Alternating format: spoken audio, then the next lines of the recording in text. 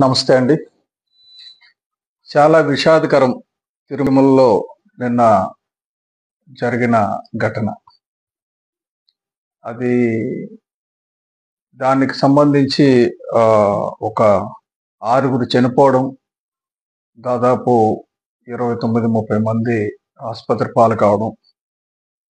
ముఖ్యంగా చనిపోయిన వారి ఆత్మ శాంతించాలని, అలాగే ఆ కుటుంబ సభ్యులకి ఈ దుఃఖాన్ని అధిగమించి మనోధైర్యాన్ని భగవంతుడు ఆ ఏడుకొండలవాడు ప్రసాదించాలని కోరుకుంటున్నాను. ఈ విషయంలో ముఖ్యమంత్రి గారు ఆల్రెడీ ఫీల్డ్ లెవెల్ ఇన్వెస్టిగేషన్ చేసి ఎందుకు జరిగింది, ఎలా జరిగింది, ఇది పునరావృతం కాకుండా ఏం చేయాలని ఆయన ఆల్రెడీ ఆ చర్యలో ఉన్నారు. ఉప ముఖ్యమంత్రి గారు చాలా తీవ్రంగా స్పందించారు. ఎందుకంటే ఇది అధికారులదే బాధ్యత అని. ఎందుకంటే అక్కడ సరిచేయాల్సింది అధికారులే. ఎంతమంది వస్తారని తెలుసు, ఎలా వస్తారని తెలుసు అని, కాబట్టి సరిచేయాల్సింది అధికారులే. దాని మీద కూడా ఇన్వెస్టిగేషన్ జరుగుతుంది. అధికారులు తీసుకోవాల్సిన జాగ్రత్తలు తీసుకోలేదని చెప్పి స్పందించి, అలాగే టీటీడీ సభ్యులు, బోర్డుని డైరెక్ట్గా కుటుంబ సభ్యులకు వెళ్ళి క్షమాపణ చెప్పమని చెప్పారు. అన్కండిషనల్గా ఆయన అపాలజీస్ చెప్పారు ప్రజలందరికీ ప్రభుత్వం తరఫున.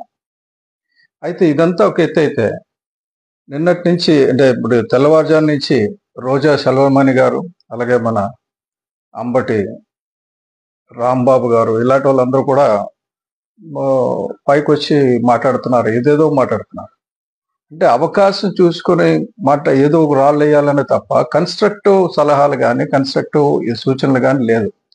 అదే మా జగన్మోహన్ రెడ్డి గారు ఉంటే ఇలా జరిగేది కాదన్న పద్ధతిలో మాట్లాడుతుంటే, జగన్మోహన్ రెడ్డి గారు ఇందాక ప్రెస్ మీట్ చూశాను, అంతా ఇలా ఇలా ఇలా నిజంగానే యాక్ట్ చేస్తున్నారు. ఇదివరకు ఎప్పుడో పవన్ కళ్యాణ్ గారు అంటే నాకు అంత అనిపించలేదు, కానీ ఈ రోజు వచ్చి ఆయన నటించిన తీరు చూస్తే, మీడియా ముందు వచ్చి నటించిన తీరు చూస్తే అసహ్యం వస్తుంది. అసలు ఇదివరకు కుంభమేళాలో 1954లో కుంభమేళాలో 800 మంది చనిపోయారు తొక్కిసలాట్లో. అలాగే 1990లో మక్కాలో ఒక 7 గోతులో పడిపోతే వాళ్ళని కాపాడడానికి అని చెప్పి 1426 మంది చనిపోయారు తొక్కిసలాట్లో. ఇటువంటిది జరిగినప్పుడు అది జరిగిన దానికి చింతిస్తూ ఎందుకు జరిగిందో తెలుసుకున్న తర్వాత మాట్లాడాలి. కానీ దీనికి కారణం చంద్రబాబు నాయుడే.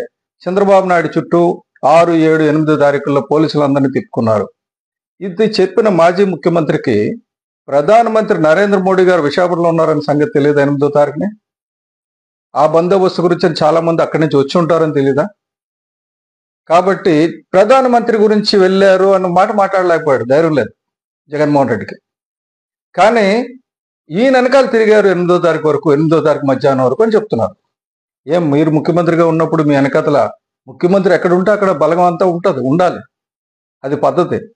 అలాగే అక్కడ ఒక ఈఓని, ఒక సూపరింటెండెంట్ ఆఫ్ పోలీస్ ఉన్నది ఏంటంటే అక్కడ ప్రొటెక్షన్ ఇవ్వడానికి, వాళ్ళకి స్పేర్ చేయడానికి వీలు లేకపోతే స్పేర్ చేయలేమని చెప్పాలి.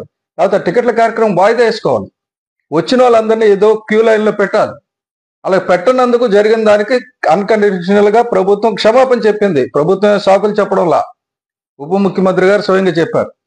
తగుదనమ్మా అని రోజా గారు వచ్చి ఏదోదో మాట్లాడుతుంది. ఆవిడ నాకు అర్థం కాలేదు. ఈవిడ మంత్రిగా ఉన్నప్పుడు ఏదైనా చేసిందా ఎక్సెప్ట్ భజన చేయడం చెప్ప జగన్మోహన్ రెడ్డికి? ఆ అంబటి రాంబాబు మంత్రిగా ఉన్నప్పుడు ఏమైనా చేశాడా ఎక్సెప్ట్ చెక్క భజన చేయడం తప్ప? పోలవరం గురించి నాకేం తెలియదు. ఇలాంటి మాటలన్నీ మాట్లాడడం, ఈ టైంలో ఇది మాట్లాడడం కరెక్ట్ కాదు. ప్రభుత్వంలో ఉండి కూడా పవన్ కళ్యాణ్ గారు అంత తీవ్రంగా స్పందించిన తర్వాత మళ్ళీ పవన్ కళ్యాణ్ గారి మీద సెటైర్లు వేస్తుంది రోజా. ఈ రోజా ఎందుకంటే నాకు కొద్దిగా ఒక్కొక్కసారి గుర్తొస్తుంటది, మా అందరి మీద ఈవిడి మీద మేము మర్డర్ అటెంప్ట్ చేశామని చెప్పేసి. బాబాయ్ వివేకానంద ఎలా చనిపోయాడు, దాని తాలూకా సాక్షులందరూ ఎలా చనిపోతున్నారు, అవి ఆట మీద మాట్లాడమ్మా రోజా. నిన్ను మేము హత్య చేశామని చెప్పి మా 25 మంది మీద 15 మంది మీద కేసులు పెట్టారు కదా, అందులో నేను A2 ముద్దాయిని, నేను మర్డర్ చేశానని. అది మీ పాలన. ఈ పాలన అలా లేదు. తప్పు చేస్తే తప్పు జరిగింది అని ఒప్పుకునే ధైర్యం ఉంది. కాబట్టి ఇటువంటి దైవ సంబంధమైన అంశాల్లో, చాలా సెన్సిటివ్ ఇష్యూల్లో మీరు జోక్యం చేసుకోకండి. ముఖ్యంగా జగన్మోహన్ రెడ్డి గారు, మీరు ఒక అన్య మతస్థులు, నేను మళ్ళీ చెప్తున్నా, మీరు ఒక అన్య మతస్థులు, ఇది మా మతానికి సంబంధించిన విషయం, కాస్త జాగ్రత్తగా చూసుకొని మళ్ళీ ఇటువంటి రానివ్వకుండా మేము చూసుకుంటాం. మీరు జెరూసలంలో చచ్చిపోయిన వాళ్ళ గురించి మీరు మాట్లాడండి. అప్పుడు అక్కడ ఎంతమంది చనిపోయారు, తొక్కిసలాట్లో ఎప్పుడు చనిపోయారు, చనిపోకుండా ఏం చేశారో అది చూడండి.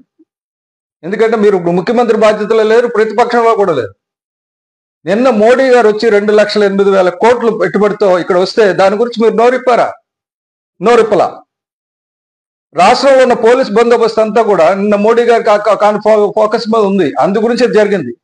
కానీ అక్కడ ఉన్న అధికారి ఇలా సఫిషియెంట్ సిబ్బంది లేకుండా ఉన్నప్పుడు ఆ కార్యక్రమం చేయకూడదు. అందు గురించి పవన్ కళ్యాణ్ గారు తీవ్రంగా స్పందించారు. అంతేగాని ఇలా బుద్ధి తక్కువ పనులు మళ్ళీ చేయకండి జగన్మోహన్ రెడ్డి గారు. దయచేసి ఉన్న గౌరవం పాడు చేసుకోకండి. మళ్ళీ ఏదో వచ్చిరాని ఇంగ్లీష్లో జాతీయ మీడియాకు కూడా మీరు చెప్తున్నారు సలహాలు.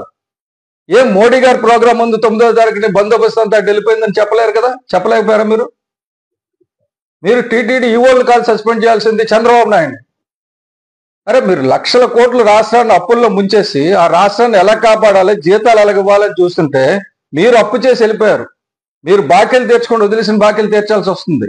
లక్షల కోట్లు అప్పు చేసి తినేశారు. ఒక్కొక్కడు పంది కుక్కల్లా బలిసిపోయారు.